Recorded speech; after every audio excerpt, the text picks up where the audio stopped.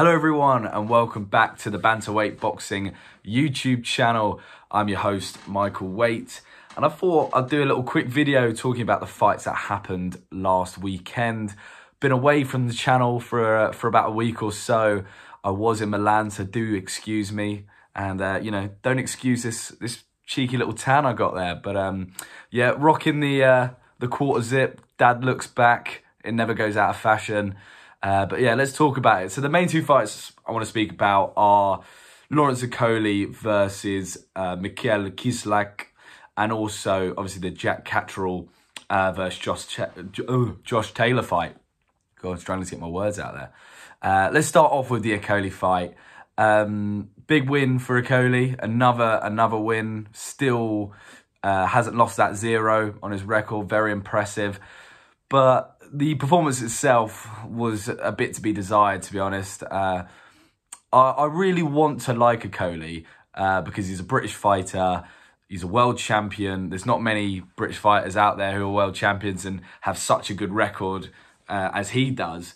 But I do find his fights fucking boring. Like, I watched the fight and then a few days later I was like, oh, before I do this video, I'll watch the highlights just to refresh my memory. And during the highlights, I was getting put to sleep. I actually was falling asleep and I was like, these are boxing highlights. I'm seeing a man get his head pummeled and I'm still yawning. And I know that sounds pretty harsh on Okolie, but it's something about the style. You know, you've seen it with the Klitschko brothers, especially Vladimir, of the 1-2 hold. And it's not the most entertaining to watch. You know, it's not Mexican style, come forward, throw loads of punches. But with Okolie, it was like that to another degree. It was like the 1-2 hold, you know, on steroids. Like it seems like he doesn't almost know how to throw another punch. He clearly can't fight on the inside. And, you know, some fighters aren't that skilled in that area of the game. And that's not a terrible problem. You can base your game around fighting on the outside. But to not be able to even throw an uppercut, you know, on the inside, or, you know, even throw the occasional hook. It was like playing Mortal Kombat and 2 of your buttons are broken. The only 2 you can press are jab and right hand. So yeah, it was slightly disappointing because he started off well, knocked Cieslak down early on, and Cieslak's no joke. You know, he's a strong guy. Like, you know, he's a tough guy, hard. You know, doesn't get knocked out very often. And so it was a good start for Okolie, you know, dropping him, and you're thinking, all right, he's going to get onto him. But Cieslak kind of warmed into the fight. I think Okolie struggled a little bit with the movement. And, yeah, just needed a bit more variation, but it just didn't come. Just kept going for the same move. And it's like this, obviously it was working because, you know, he was kind of, as Okolie does in most of his fights, he does kind of cruise through, if you pardon the pun, he does kind of cruise through the fights. But you just wanted a little bit more. You just wanted to show us, you know, that you had progressed from those earlier fights, you know, the fights against Isaac Chamberlain. I felt it, you know, they say now he's got the new trainer and all of that, and his style, you know, he's a more complete fighter. But I didn't really see that, to be honest. I think obviously he's improved, but to what degree, I don't know. And I think you start to think about other top fighters in that division. You know, the main one that comes to mind is Breedis. And I saw Breedis' reaction to the performance, and he didn't look worried at all. I kind of am leaning towards Breedis if them two fight. I just think he's just got a bit more to the game, the overall game. Lawrence Okolie, I could see him doing it. His physical attributes are so, you know, are so strong for that division. Like, his height advantage on everyone he fights, his physical strength on everyone he fights, and his power. You know, you can bang. But yeah, I just wanted to see a little bit more from him. But, you know, so it could just have been a bit of a bad day at the office. But yeah, I was slightly disappointed. But on the other hand, still a good win. Still, you know, world champion, and he's progressing. He's learning. He's, you know, what is he, 30 or so? So a few more fights left in him. Talks are going up to heavyweight. Oh, nah. If I was in your camp, mate, I would not be telling you to do that. I think he's better off going to McDonald's than moving up to heavyweight. I think with his style, which relies so much on physical attributes, you know, he does dominate his division because of his size.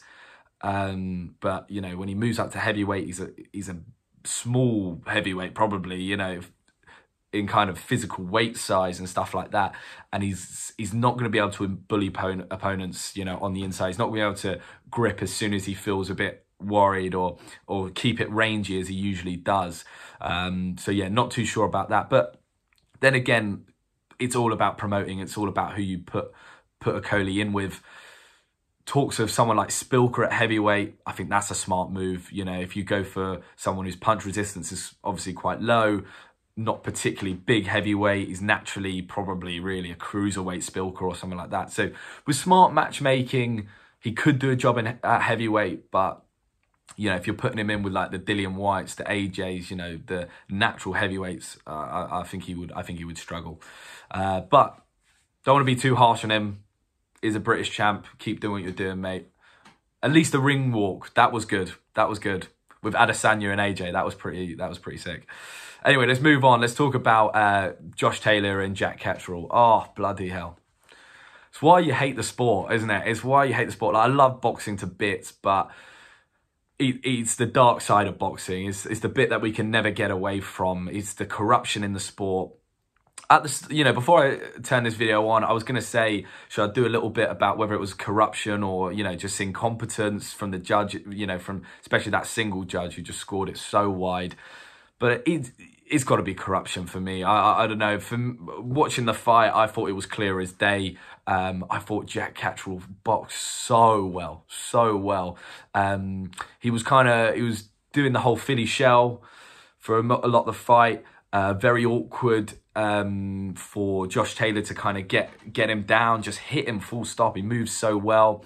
The jab was flicking out at him, and then anytime, you know, Josh was trying to bully him on the inside, he would come in quite quickly with the shoulder, just kind of smother any of Josh's work. But yeah, just great stamina, box, just, you know, for the whole fight, boxed so well. Kept finding a place for that straight right. But yeah, they clearly had studied Josh. They clearly had done their research.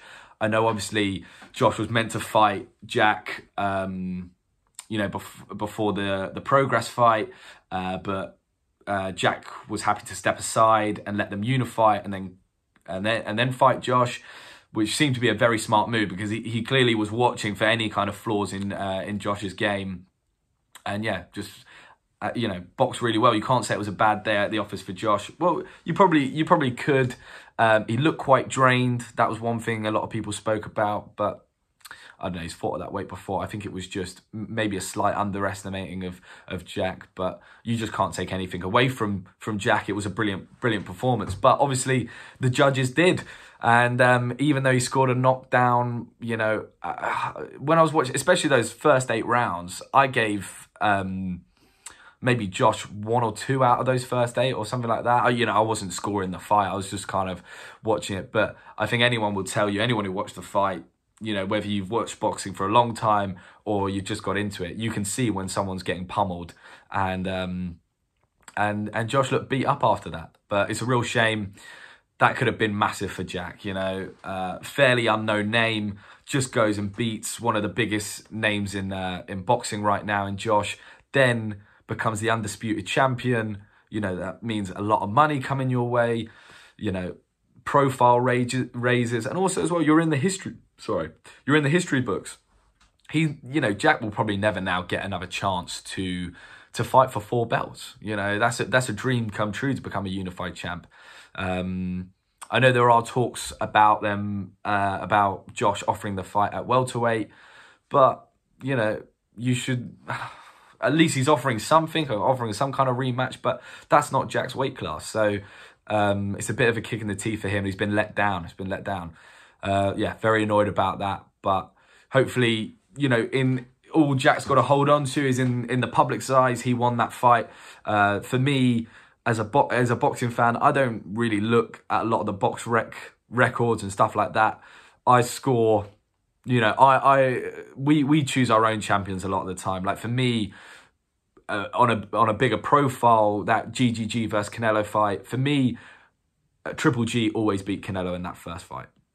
And no matter how much kind of propaganda around it won't change my thought on that. You know, he didn't on record, but, you know, for me, GGG won that fight. And in the same way for Jack. But yeah, real shame. Let's get rid of it in boxing. But unfortunately, I don't think it's going anywhere. Anyway, I'll wrap that up there. Just thought I wanted to cover those two big fights over the weekend. Sorry I couldn't do it earlier. I've actually been on holiday. So, you know, it is what it is. But we'll be back with a lot of content now. Thank you guys for listening. Please like and subscribe. It really helps. And good night.